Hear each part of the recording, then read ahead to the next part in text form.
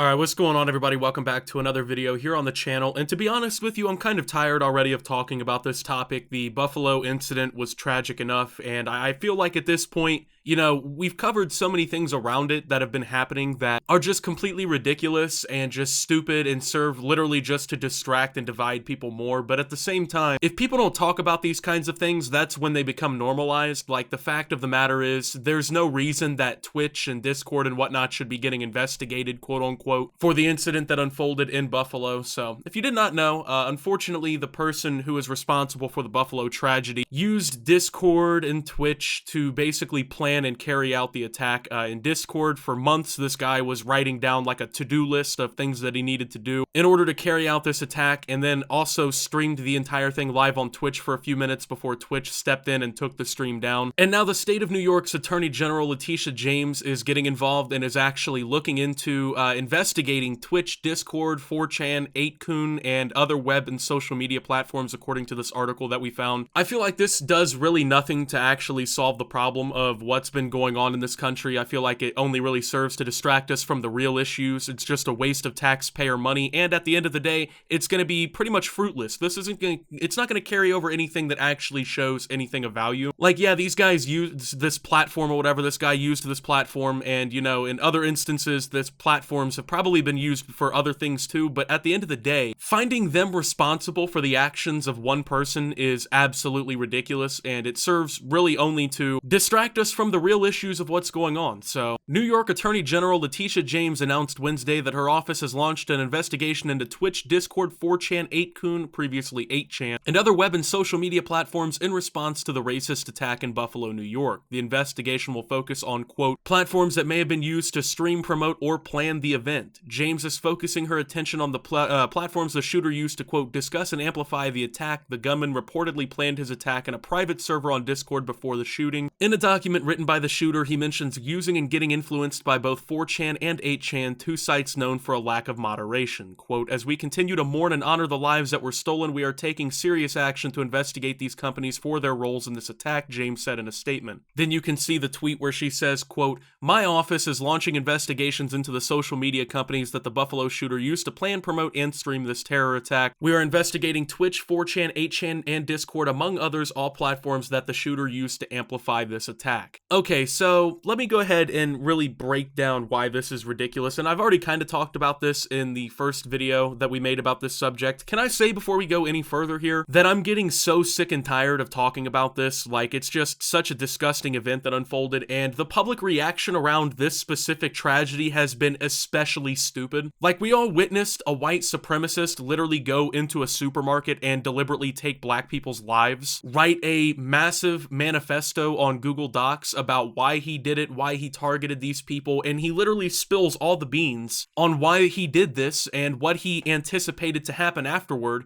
and the division and the chaos that he intended to create is exactly what's being created. Instead of blaming the person who's actually responsible for doing something this terrible, we as a society have decided to blame a multitude of different things, but it seems like none of which are actually what's responsible for the problem. Like, I'm really interested to see what New York thinks they're gonna find in this investigation to really, I guess, pin any fault or blame on Twitch or Discord. So, I guess let's start with Discord here. How is Discord responsible? Well, apparently the guy used a private server to, like, detail what he was gonna do and, like, create, like I said, a checklist almost of things that he needed to do in order to successfully pull this attack off. It was circulating pretty much right after the incident really happened. That's how I even know about it. So Discord isn't responsible for what this guy said and did on their platform, because at that point, if you're gonna say this guy's responsible, or Discord's responsible for what this guy said and did on their platform, now you're making an argument that everything that's said and done on these platforms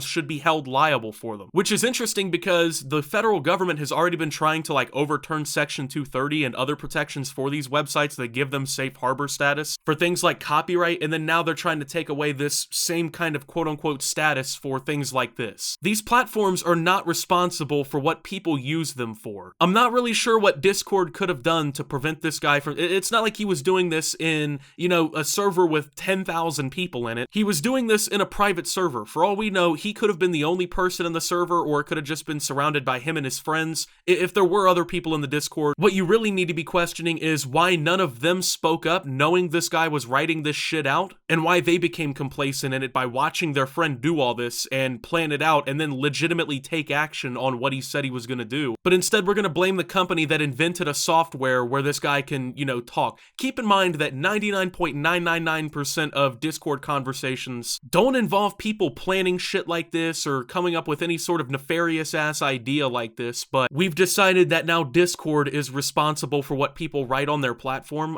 which is very stupid, and it only really serves to set a terrible fucking precedent going forward for all the other social medias and all the other platforms out there. I don't know, man, I just subscribe to this ideology that we should blame the person themselves, you know, like the white supremacist piece of shit who wrote this massive manifesto and then went to a neighborhood that was predominantly black so that he could kill as many people that he deemed as inhumane as possible. I think that's the real issue here. I think that's what we as a society should be focused on, is combating this stupid fucking terrible ideology that this idiot shared, instead of going after a fucking gaming platform that most, if not virtually all people use without a problem. Now let's talk about Twitch, because this is the one I really don't understand. So yeah, the guy streamed this all happening on Twitch, but keep in mind, Twitch deleted and got rid of the broadcast within like 2 to 3 minutes, which, given the fact that there's constantly thousands upon thousands upon thousands of streams running on Twitch at any given time, I would say is a very impressive feat given the moderation on the platform. If they were able to hone in on the fact someone was doing something this terrible on their platform within mere minutes of anyone reporting it, that is actually incredible when it comes down to it. Like, the fact they were able to moderate their platform that efficiently to get rid of it that quickly, honestly, I believe that Twitch is deserving of credit for that happening. But instead, blame's being shifted onto them as if they're responsible for this piece of shit and what he decided was okay and what he could do. Twitch finally had probably one of the best responses you can have to a situation like this, and now they're being assigned guilt and blame for something that they really had no involvement in, you know? I mean, the fact of the matter is, once again, there's just countless streams always going on Twitch. It's borderline impossible to moderate a platform that big, you know, with just like a staff or something like that. But Twitch managed to do that, you know? They managed to pull it off, and it's honestly, in my opinion, pretty impressive that they did so. And then now other websites like Twitter and Facebook are sharing, I guess, some of the blame because, well, after everything got streamed on Twitch, of course, people started clipping it and uploading it to other platforms like Twitter and Facebook. Once again, not sure how they're responsible for that. You know, I don't know how they expect people to be able to moderate this platform of this kind of site. Like, you can't moderate Facebook like that. These boomers have this concept in mind that you can just have somebody watching every single piece of content, every single video, every single stream, every single tweet all at once. And the amount of manpower that you would need to be able to pull something like that off would be like basically building your own fucking military. It would be so cost inefficient. It would also be so inefficient altogether because there's no way you can actually effectively moderate like that, that we need to start questioning whether or not people who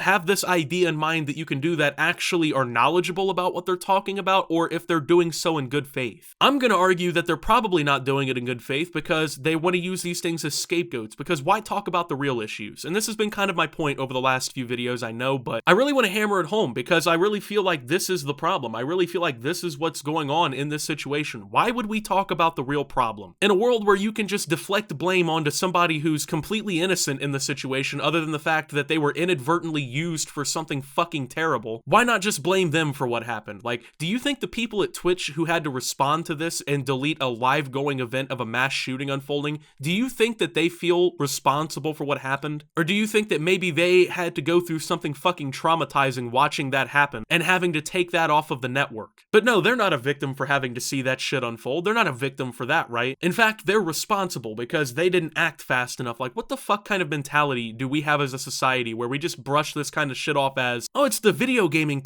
streaming platform's fault. You know, they didn't get the video down fast enough. This kind of shit was done on any other platform, it would have probably never have even really gotten taken down. And by the time it did, it would have already been circulated way too quickly. So what's gonna happen in this? Like, do you think they're gonna find anyone, I guess, really kind of guilty, any of these companies? I don't know, because they're not. There's literally nothing that really legally ties them to responsibility. There's also, in my opinion, nothing that really morally ties them to any sort of guilt or assigned fault for what happened. I feel like this is just an overreaction by people who don't want to address the real issues, and it's just a way of deflecting blame. Because you gotta keep in mind, this guy who did this shit was known for torturing animals as a kid, from what I've read online. He was known for making racist comments at school, including using the hard R and other slurs. He literally one time threatened to shoot his school up and had to go through a psychiatric evaluation, right? And after all of this happened, he was deemed worthy of being purchased an AR by his parents at the age of 16. And on top of that, he was never flagged by New York's red flag gun laws, which are supposed to be some of the strictest gun control in the country, even though he had made threats to kill people in the past and was like a known racist and animal torturer. So who's really the ones we want to assign some fault in this whole fucking situation? Who do we really want to assign some guilt for? So with that being said, thank you for watching. If you did enjoy, make sure to leave a like, subscribe if you're brand new around here on the channel, follow me over on Twitter and Twitch at @subtooptimus. Make sure to check out Shop Opti down below. And until my next video, guys, this is Optimus, well, not blaming these websites for what this guy did,